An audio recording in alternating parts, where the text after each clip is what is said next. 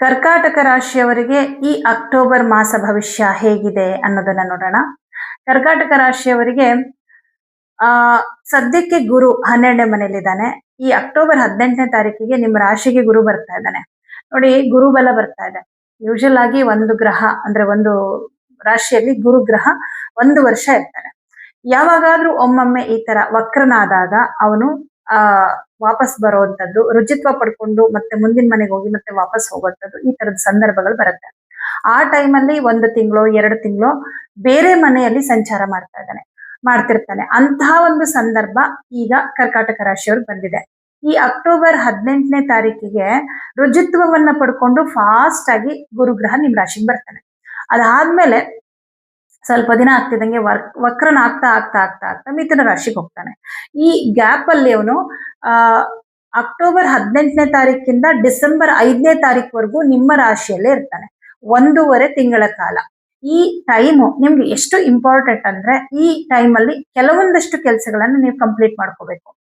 ಏನಂದ್ರೆ, ಮುಖ್ಯವಾಗಿ ಈ ದೈವ ಕಾರ್ಯಗಳು ಏನಾದ್ರೂ ಬ್ಯಾಲೆನ್ಸ್ ಇದ್ರೆ, ಯಾಕಂದ್ರೆ 9ನೇ ಮನೇಲಿ ಶನಿ ಕೂತ್ಕೊಂಡಿರೋದ್ರಿಂದ ತುಂಬಾ ದೇವರ ಕಾರ್ಯಗಳು, ದೈವ ಕಾರ್ಯಗಳು ಅಥವಾ ಪಿತೃ ಕಾರ್ಯಗಳು ಈ ತರದ್ ಏನೋ ಒಂದು ಮಾಡ್ಬೇಕು ಅಂದ್ರೆ 108 ವಿಘ್ನಗಳು, ಅಡೆತಡೆಗಳಾಗ್ತಾ ಇರುತ್ತೆ.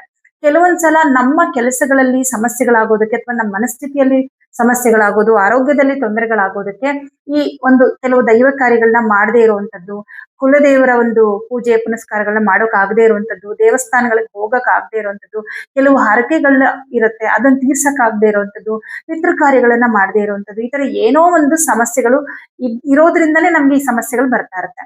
ಆ ತರದ್ ಏನಾದ್ರೂ ನಿಮಗೆ ಬ್ಯಾಲೆನ್ಸ್ ಇದ್ರೆ, ಕುಲದೇವರಿಗೆ ಹೋಗ್ಬೇಕಾಗಿತ್ತು, ಅಥವಾ ಏನೋ ಹರಕೆ ತೀರ್ಸ್ಬೇಕಾಗಿತ್ತು, ಅಥವಾ ಏನೋ ಶಾಂತಿ ಪೂಜೆಗಳನ್ನು ಮಾಡಿಸ್ಬೇಕಾಗಿತ್ತು, ಆದ್ರೆ ಅದಕ್ಕೆ ಅವಕಾಶಗಳೇ ಆಗ್ತಾ ಇಲ್ಲ ಅಂತ ನೀವೇನಾದ್ರೂ ಯೋಚನೆ ಮಾಡ್ತಿದ್ರೆ, ಈ ಟೈಮ್ ಅಂದ್ರೆ ಅಕ್ಟೋಬರ್ 18ನೇ ತಾರೀಕು ಮೇಲೆ ನೀವು ಪ್ರಯತ್ನ ಮಾಡಿ 1.5 ತಿಂಗಳ ಒಳಗಡೆ ನಿಮ್ಮ ಎಲ್ಲಾ ಇಂತಹ ಕೆಲಸಗಳನ್ನ ಕಂಪ್ಲೀಟ್ ಮಾಡ್ಕೊಳ್ಳಿ.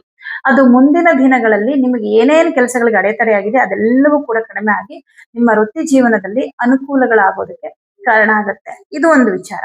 ಮತ್ತೊಂದು ವಿಚಾರ ಏನಪ್ಪಾ ಅಂದ್ರೆ, ನಿಮಗೆ ಆ ರವಿ ಗ್ರಹ 3ಯ ಭಾವದಲ್ಲಿ ಸ್ಥಿತನಾಗಿರ್ತಾನೆ. ರವಿ ನಿಮ್ಗೆ ಧನಸ್ಥಾನಾಧಿಪತಿಯಾಗಿ, ವಾಕ್ಸ್ಥಾನಾಧಿಪತಿಯಾಗಿ, ಶುಕ್ರನ ಜೊತೆಯಲ್ಲಿ 3ನೇ ಮನೆ ಸ್ಥಿತನಾಗಿರ್ತಾನೆ. ಹಣಕಾಸಿನ ವಿಷಯದಲ್ಲಿ ಪರವಾಗಿಲ್ಲ, ಈ ತಿಂಗಳು ಚೆನ್ನಾಗಿದೆ. ಸ್ವಂತ ಬಿಸ್ನೆಸ್ ಮಾಡುವಂತವ್ರಿಗೆ ಲಾಭ ಚೆನ್ನಾಗಿದೆ. ಆದರೆ ವಾಕ್ಸ್ಥಾನಾಧಿಪತಿ ಜೊತೆ ಶುಕ್ರ ಇರೋದ್ರಿಂದ, ಅದು ನೀಚನಾಗಿ ಸ್ಥಿತನಾಗಿರೋದ್ರಿಂದ, ಮಾತಿನ ಮೂಲಕ ನಿಮ್ಮ ಸಂಬಂಧಿಕರು ಅಥವಾ ಬಂಧುಗಳು ಅಂತ ಏನ್ ಹೇಳ್ತೀವಿ, ಇವರುಗಳ ಜೊತೆ ಸ್ವಲ್ಪ ಮನಸ್ತಾಪಗಳಾಗುವ ಸಾಧ್ಯತೆ ಇರುತ್ತೆ. 3ಯ ಭಾವದಲ್ಲಿ ಶುಕ್ರ ಮತ್ತೆ ರವಿ ಇರೋದ್ರಿಂದ, ಯಾಕಂದ್ರೆ ಶುಕ್ರ ಮತ್ತೆ ರವಿ ಶತ್ರು ಗ್ರಹಗಳು, ಇವರಿಬ್ರು ಒಟ್ಟಿಗೆ ಇದ್ದಾಗ ಎಲ್ಲೋ ಒಂದು ಕಡೆ ನಿಮ್ಮ ಮನಸ್ಸಿಗೆ ದುಃಖ ಆಗುವಂಥದ್ದು, ನಿಮ್ಮ ಮಾತಿಂದ ಬೇರೆಯವರು ದೂರ ಆಗೋದು, ಅದರಿಂದ ಬೇಜಾರಾಗುವಂಥದ್ದು, ಅಥವಾ ಬೇರೆಯವರ ಮಾತಿಂದ ನಿಮ್ಮ ಮನಸ್ಸಿಗೆ ಬೇಜಾರಾಗುವಂಥದ್ದು, ಈ ತರದ್ದೆಲ್ಲ ಕೆಲವೊಂದು ಅನ್ನತ್ತೆ. ವಾಗ್ ದೋಷಗಳು ಅಂತ ಹೇಳ್ತೀವಿ.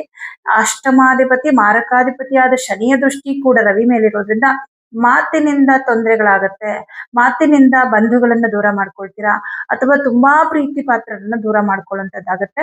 ಮಾತಿನ ವಿಷಯದಲ್ಲಿ ತುಂಬಾ ತುಂಬಾ ಎಚ್ಚರಿಕೆಯಿಂದ ಇರಬೇಕು. ವೃತ್ತಿ ಕ್ಷೇತ್ರದಲ್ಲೂ ಅಷ್ಟೇ, ನಿಮ್ಮ ಮೇಲಧಿಕಾರಿಗಳ ಹತ್ರ ಮಾತಾಡುವಾಗ ಅಪ್ಪಿ ತಪ್ಪಿ ಏನೋ ಮಿಸ್ಟೇಕ್ಗಳಾಗೋ ಸಾಧ್ಯತೆ ಇರುತ್ತೆ. ತುಂಬಾ ಕೇರ್ಫುಲ್ ಆಗಿ, ಯಾಕೆಂದ್ರೆ ವಾಕ್ಸ್ಥಾನಾಧಿಪತಿನ ಶನಿ ನೋಡ್ತಾ ಇದ್ದಾನೆ, ಅಲ್ಲಿ ಏನೋ ಒಂದು ತಡೆ ಹಾಕೋದಕ್ಕೆ ಕಾಯ್ತಾ ಇರ್ತಾನೆ. ಹಾಗಾಗಿ ಬಹಳ ಕೇರ್ಫುಲ್ ಆಗಿರಿ ಮಾತಿನ ವಿಷಯದಲ್ಲಿ. ಫ್ಯಾಮಿಲಿ ಅಂತ ಬಂದಾಗ್ಲೂ ಅಷ್ಟೇ, ಮನೆಯಲ್ಲೂ ಅಷ್ಟೇ, ನೀವ್ ಏನೋ ಮಾತಾಡಕ್ ಹೋಗಿ ಅದು ಇನ್ನೇನೋ ಬೇರೆ ತರ ನಿಮ್ಮನ್ನ ನೀವು ಬೇರೆ ತರ ಪೋಟ್ರೆ ಮಾಡ್ಕೊಂಡಂಗೆ ಆಗ್ಬಿಡುತ್ತೆ. ಹಾಗಾಗಿ ಸ್ವಲ್ಪ ಎಚ್ಚರಿಕೆಯಿಂದ ಇರಿ. 4ಥ ಭಾವಾಧಿಪತಿಯಾದಂತಹ ಶುಕ್ರ ಗ್ರಹ ನೀಚನಾಗಿರೋದ್ರಿಂದ ಆಸ್ತಿ ವಿಚಾರಕ್ಕೆ ಸಂಬಂಧಪಟ್ಟಂತೆ ನಿಮಗೆ ತಗೊಳ್ಳೋದಕ್ಕೆ ಇದು ಒಳ್ಳೆ ಟೈಮ್ ಅಲ್ಲ. ಸೈಟ್ ತಗೋಬೇಕು, ಮನೆ ತಗೋಬೇಕು, ಈ ತರದ್ದು ಏನಾದ್ರೂ ಇದ್ರೆ ಇದು ಸೂಕ್ತವಾದ ಸಮಯ ಅಲ್ಲ. ಆದರೆ ನೀವೇನಾದ್ರೂ ಸೇಲ್ ಮಾಡ್ಬೇಕು ಅನ್ಕೊಂಡಿದ್ರೆ, ಇವಾಗ ಪ್ರಾಪರ್ಟಿ ಏನಾದ್ರೂ ಸೇಲ್ಗೆ ಇಟ್ಟಿದ್ದೀರಾ, ಸೇಲ್ ಆಗ್ತಾ ಇಲ್ಲ ಅಂದ್ರೆ ಈ ತಿಂಗಳಲ್ಲಿ ಸೇಲ್ ಆಗುವ ಸಾಧ್ಯತೆ ಇದೆ. ಯಾಕೆಂದ್ರೆ 4ನೇ ಮನೆಯಲ್ಲಿ ನಿಮ್ಗೆ ಬುಧ ಗ್ರಹ ಇದ್ದಾನೆ. ಬುಧ ಯಾರಪ್ಪ ಅಂದ್ರೆ ವ್ಯಯಾಧಿಪತಿ. ನಿಮ್ಗೆ ವ್ಯಯಾಧಿಪತಿ 4ನೇ ಮನೆಯಲ್ಲಿ ಇರೋದ್ರಿಂದ, 4ನೇ ಮನೆ ಅಧಿಪತಿ ನೀಚನಾಗಿರೋದ್ರಿಂದ ಯಾವುದಾದರೂ ಒಂದು ಆಸ್ತಿಯನ್ನ ಕಳೆದುಕೊಳ್ಳುವಂಥದ್ದು ಅಂತ ಹೇಳ್ತೀವಿ ನಾವು. ಅಂದ್ರೆ ಪ್ರಾಪರ್ಟಿನ ಇವಾಗ ನೀವು ಸೇಲ್ ಮಾಡಿದ್ರೆ ಅಂದ್ರೆ ಅದು ಕಳ್ಕೊಂಡಂಗೆ ಅಲ್ವಾ, ಆ ವಿಷಯದಲ್ಲಿ ನಿಮ್ಗೆ ಅನುಕೂಲಗಳಾಗುತ್ತೆ. ಇನ್ನು ನಿಮಗೆ ಅಖಂಡ ರಾಜ್ಯೋಗಕಾರಕ ಮಂಗಳ ಗ್ರಹ 4ನೇ ಮನೆಯಲ್ಲಿ ಸ್ಥಿತನಾಗಿದ್ದಾನೆ. ವಿದ್ಯಾಭ್ಯಾಸಕ್ಕೆ ಸಂಬಂಧಪಟ್ಟಂತೆ ತಕ್ಕ ಮಟ್ಟಿಗೆ ಪರವಾಗಿಲ್ಲ, ತುಂಬಾ ಚೆನ್ನಾಗಿದೆ ಅಂತಲ್ಲ, ತಕ್ಕ ಮಟ್ಟಿಗೆ ಪರವಾಗಿಲ್ಲ. ಯಾಕಂದ್ರೆ ಗುರುಬಲ ಇಲ್ಲದೆ ಇರೋದ್ರಿಂದ ವಿದ್ಯಾಭ್ಯಾಸದಲ್ಲಿ ಕಂಪ್ಲೀಟ್ ಚೆನ್ನಾಗಿರುತ್ತೆ ಅಂತ ಹೇಳಕ್ ಬರಲ್ಲ.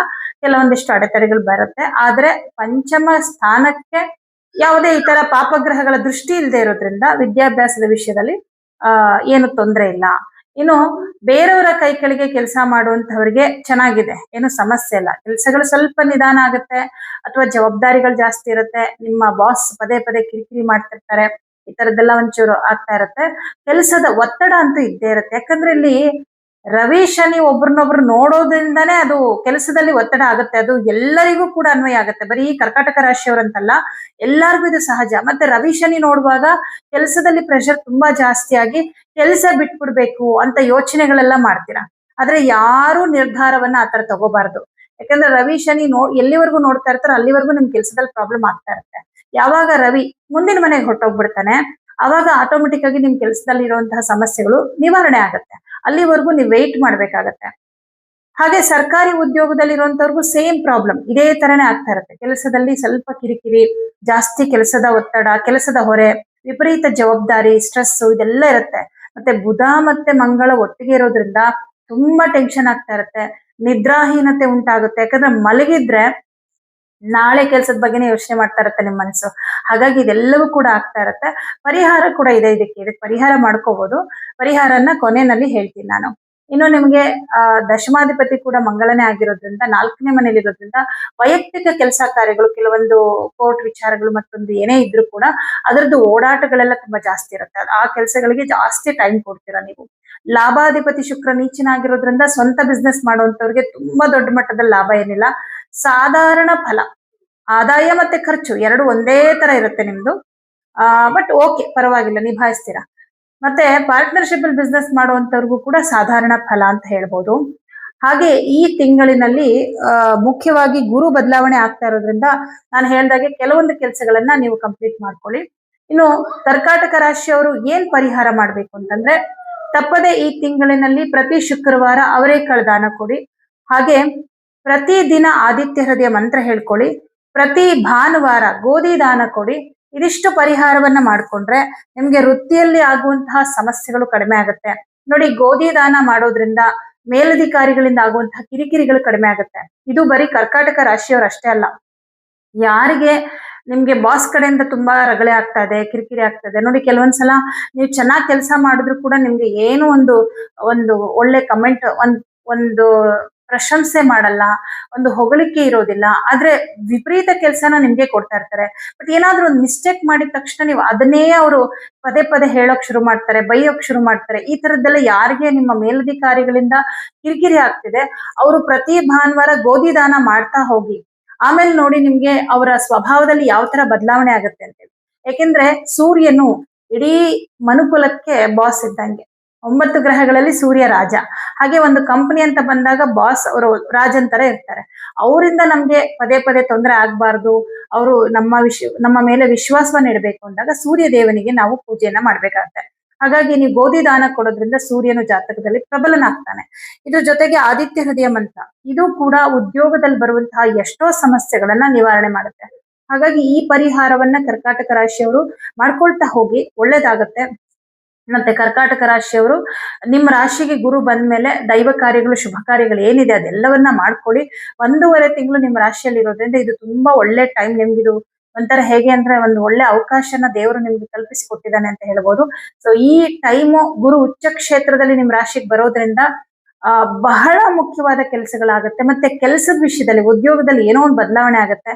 18ನೇ ತಾರೀಕಿಗೆ ಗುರು ನಿಮ್ ರಾಶಿಗೆ ಬಂದ್ಮೇಲೆ ಯಾರ್ಯಾರೆಲ್ಲ ವಿದೇಶದಲ್ಲಿ ಉದ್ಯೋಗವನ್ನು ಹುಡುಕ್ತಾ ಇದ್ದೀರಾ ಅವರಿಗೆ ವಿದೇಶದಲ್ಲಿ ಉದ್ಯೋಗ ಸಿಗುವ ಸಾಧ್ಯತೆಗಳು, ಈ ತರ ಒಂದಷ್ಟು ಶುಭ ಫಲಗಳು ಈ ಒಂದು ತಿಂಗಳಲ್ಲಿದೆ. ಕೆಲವು ಅಶುಭ ಫಲಗಳಿಗೆ ಪರಿಹಾರವನ್ನ ಹೇಳಿದೀನಿ, ಅದನ್ನ ಮಾಡ್ಕೊಳ್ಳಿ, ಒಳ್ಳೇದಾಗತ್ತೆ. ಎಲ್ಲರಿಗೂ ಶುಭವಾಗಲಿ.